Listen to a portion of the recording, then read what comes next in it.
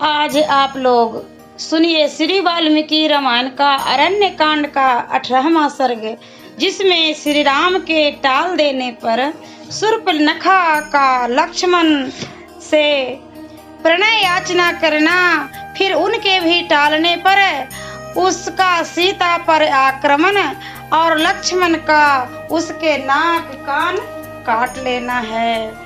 श्री राम ने काम वश से बंधी हुई उस शूर्पणखा से अपनी इच्छा के अनुसार मधुर वाणी में मंद मंद मुस्कुराते हुए कहा, आदरणीय देवी, मैं विवाह कर चुका हूँ। यह मेरी पत्नी विद्यमान है। तुम जैसी स्त्रियों के लिए तो सौत का रहना अत्यंत दुखदाई ही होगा। ए मेरे छोटे भाई, श्रीमान लक्ष्मण बड़े शीलवान, देखने में प्रिय लगने वाले और बल पराक्रमी से संपन्न हैं। इनके साथ स्त्री नहीं है। ये अपूर्व गुणों से संपन्न हैं। ये तरुण तो हैं ही, इनका रूप भी देखने में बड़ा मनोरम है। अतः यदि इन्हें भार्या की चाह होगी तो ये ही तुम्हारे इस सुंदर रूप के योगपति होंगे। विशाल लोचने बरारोहे जैसे सूर्य की प्रभा मेरु पर्वत का सेवन करती है, उसी प्रकार तुम मेरे इन छोटे भाई को पति के रूप में अपना कर सौत के भय से रहित हो इनकी सेवा करो।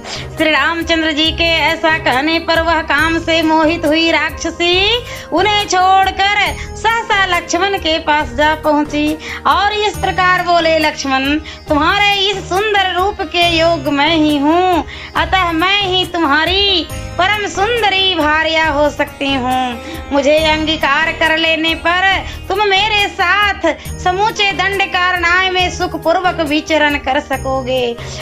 उस राक्षसी के ऐसा कहने पर बातचीत में निपुण सुमित्रा लक्ष्मण मुस्कुराकर सूप जैसे नख वाली उस निशाचरी से यह युक्त बात बोले, लाल कमल के समान गौर वर्ण वाली सुंदरी, मैं तो दास हूँ, अपने बड़े भाई भगवान श्री राम के अधीन हूँ।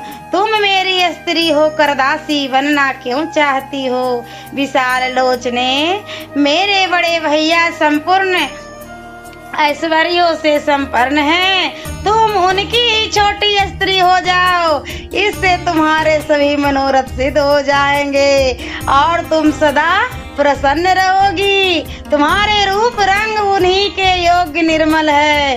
कुरूप, ओछी, विकृत, धसे हुए पेट वाली और वृद्धा भार्या को त्याग कर ये तुम्हें ही सादर ग्रहण करेंगे।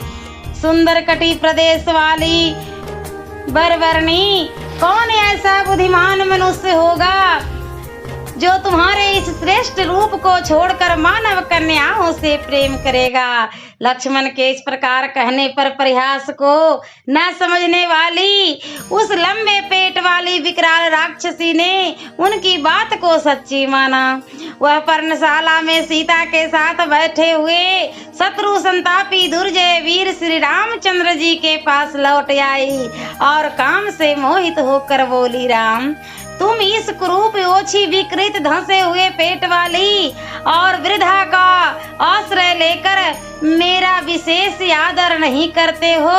अतः आज तुम्हारे देखते देखते मैं इस मानुषी को खा जाऊंगी और इस सौत के न रहने पर तुम्हारे साथ सुख पूर्वक विचरण करूंगी। ऐसा कहकर दहकते हुए अंगारों के समान नेत्रों वाली शूर्पणखा अत्यंत क्रोध में भरकर मृगनयनी सीता की ओर झपटी, मानो कोई बड़ी भारी उल्कारोहिणी नामक तारे पर टूट पड़ी हो। महाबली श्री राम ने मौत के फंदे की तरह आती हुई उस राक्षसी को हुंकार से रोककर कुपित हो लक्ष्मण से कहा, सुमित्रा नंदन, क्रूर कर्म करने वाले नारियों से किसी प्रकार का परिहास भी नहीं करना चाहिए। सौम्य, देखो ना, इस समय सीता के प्राण किस प्रकार बड़ी मुश्किल से बचे हैं। पुरुष सिंह, तुम्हें इस कुरूपा, उल्टा, अत्यंत मत वाली और लंबे पेट वाली राक्षसी को कुरूप किसी अंग से हीन कर देना चाहिए। श्री रामचंद्र जी के इस प्रकार आदेश देने पर क्रोध में भरे हुए महाबली लक्ष्मण ने उसे देखते देखते म्यान से तलवार खींच ली और शूर्पणखा के नाके और कान काट लिए। नाक और कान कट जाने पर भयंकर राक्षसी शूर्पणखा बड़े जोर से चिल्लाकर जैसे आई थी उसी तरह वन में भाग गई। खून से भींगी हुई वह भयंकर एवं विकराल रूप वाली पिशाचरी नाना प्रकार के स्वरों में जोर जोर से चित्कार करने लगी, मानो वर्षा काल में मेघों की घटा गर्जन तर्जन कर रही हो। वह देखने में बड़ी भयानक थी। उसने अपने कटे हुए अंगों को बारंबार खून की धारा बहाते और दोनों भुजाएं ऊपर उठाकर चिंगाड़ते हुए एक विशाल वन के भीतर प्रवेश किया। लक्ष्मण के द्वारा कुरूप की गई शूर्पणखा वहां से भागकर राक्षस समूह से घिरे हुए भयंकर तेज वाले जन स्थान निवासी भ्राताखर के पास गई और जैसे आकाश से बिजली गिरती है उसी प्रकार वह पृथ्वी पर गिर पड़ी। खर की वह बहन रक्त से नहा गई थी और भय तथा मोह से अचेत सी हो रही थी। उसने वन में सीता और लक्ष्मण के साथ श्री रामचंद्र जी के आने और अपने कुरूप किए जाने का सारा वृतांत खर से कह सुनाया। सियावरे रामचंद्र की जय। और मैं अगले वीडियो में अरण्य कांड का 19वां सर्ग सुनाऊंगी।